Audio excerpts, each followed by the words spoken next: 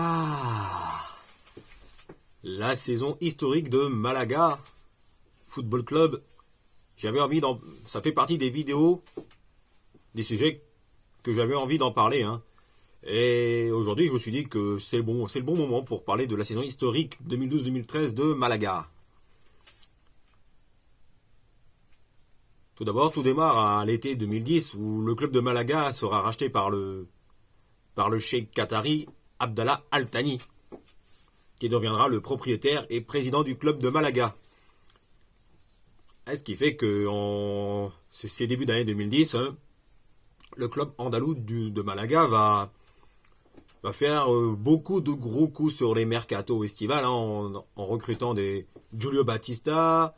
On peut aussi penser à Ruud van Nistelrooy, à Jérémy Toulalan, Isco, Joaquin, Roque Santa Cruz, etc., etc.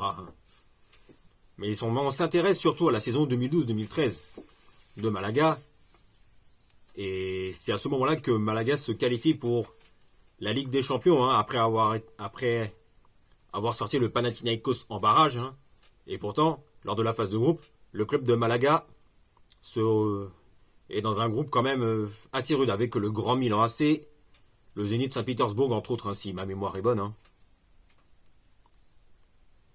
Et contre toute attente, Malaga va terminer premier de son groupe, devant le Grand Milan AC, et aussi le Zénith Saint-Pétersbourg, qui n'est pas n'importe qui, et un quatrième club dont j'ai oublié le nom. Enfin bref, c'est pas grave.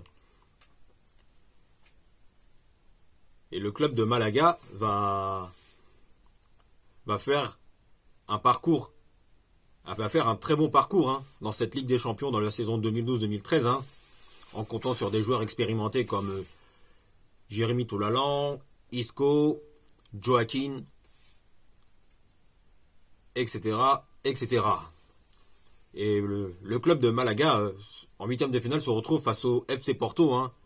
Le FC Porto célèbre pour avoir remporté la Ligue des Champions en 2004 grâce au Special One José Mourinho.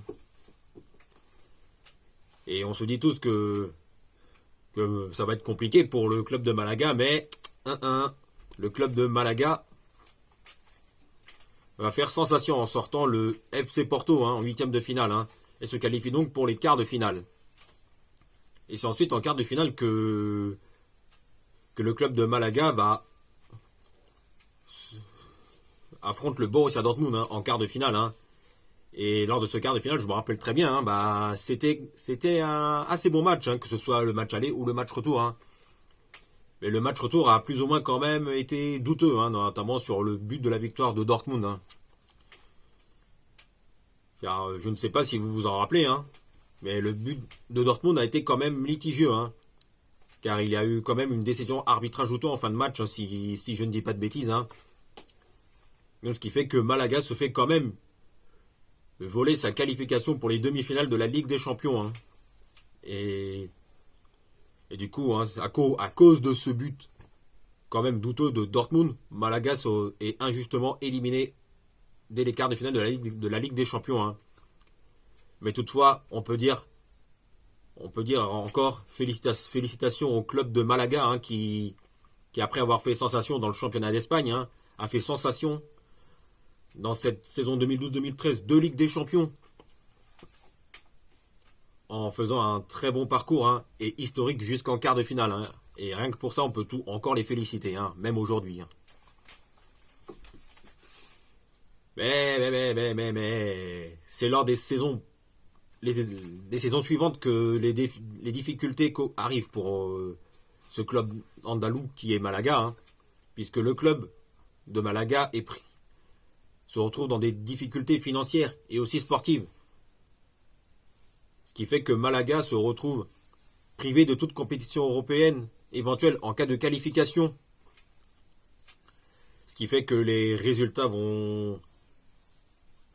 Ce qui fait que ça commence à être de plus en plus difficile pour Malaga, que ce soit financièrement ou sportivement sur le terrain. Ce qui fait que Manuel Pellegrini qui était à ce moment-là le coach de Malaga, si ma mémoire est bonne, est contre cette décision, et trouve cette décision injuste, et décide contre toute attente de quitter le club de Malaga, si je ne dis pas de bêtises. Ce qui fait que du coup, Malaga, qui est en difficulté financière à ce moment-là, se retrouve obligé de se séparer des cadres importants comme Jérémy Toulalan, qui signera ensuite à l'AS Monaco, où il deviendra le capitaine du club de l'AS Monaco jusqu'à la fin de sa carrière. Le club de Malaga va aussi se séparer de Isco, qui était un élément important du club de Malaga qui signera au Real Madrid, avec qui il remportera 4 fois la Ligue des Champions en 2014, 2016, 2017 et 2018. Et le club de Malaga se séparera aussi de Joaquin, qui avait apporté toute son expérience, qui lui va signer à la Fiorentina, si ma mémoire est bonne à ce moment-là. Enfin, dites-moi si je me trompe. Et qui ensuite retournera terminer sa carrière dans le club où il a tout connu, dans le club de ses débuts, qui est le Betis Séville. Ce qui fait que Malaga, en pleine difficulté financière, doit se contenter de recruter des joueurs en fin de carrière et fin de contrat. On peut penser à ce moment-là du coup à Memo Ochoa, le gardien emblématique du Mexique. On peut aussi penser à Arthur Boca, qui a fait partie de la grande époque de l'équipe de Côte d'Ivoire dans les années 2000 et 2010. Et aussi à Nordin Amrabat, l'international marocain, qui a un frère qui est, rappelons-le, le frère de Sofiane Amrabat, qui a fait une excellente Coupe du Monde avec le Maroc récemment, il y a 2 mois encore. Enfin bon. Ça, c'est une autre belle histoire, très belle histoire.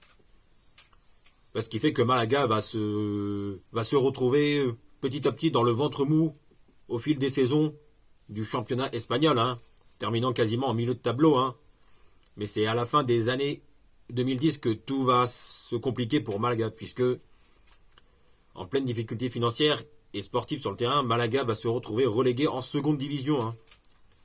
Et Malaga va avoir carrément du mal à s'en remettre. Et qu'en est-il du club de Malaga aujourd'hui, le club de Malaga se retrouve actuellement. Enfin, je ne sais pas si comment dire ça. Je ne sais plus s'il est. Il me semble qu'à l'heure actuelle, Malaga évolue en 2e ou 3e division espagnole, suite aux problèmes financiers, aux difficultés financières et sportives sur le terrain. Si ma mémoire est bonne, je ne sais plus du tout. Enfin bref, il me semble que Malaga galère dans les divisions inférieures du football espagnol. Voilà, c'était un plaisir d'avoir fait cette vidéo. J'avais envie de faire cette vidéo sur la saison historique 2012-2013 en Ligue des Champions de Malaga, car ça fait partie des moments qui m'ont vraiment marqué. C'était une très belle surprise de voir Malaga faire un très bon parcours et historique en Ligue des Champions lors de la saison 2012-2013. Et ça m'a fait plaisir d'en parler avec vous. Et je crois que c'est tout pour aujourd'hui. Et n'oubliez pas de vous abonner sur la petite cloche pour être informé de la sortie des prochaines vidéos. Et on se retrouve très vite pour parler de football et de catch.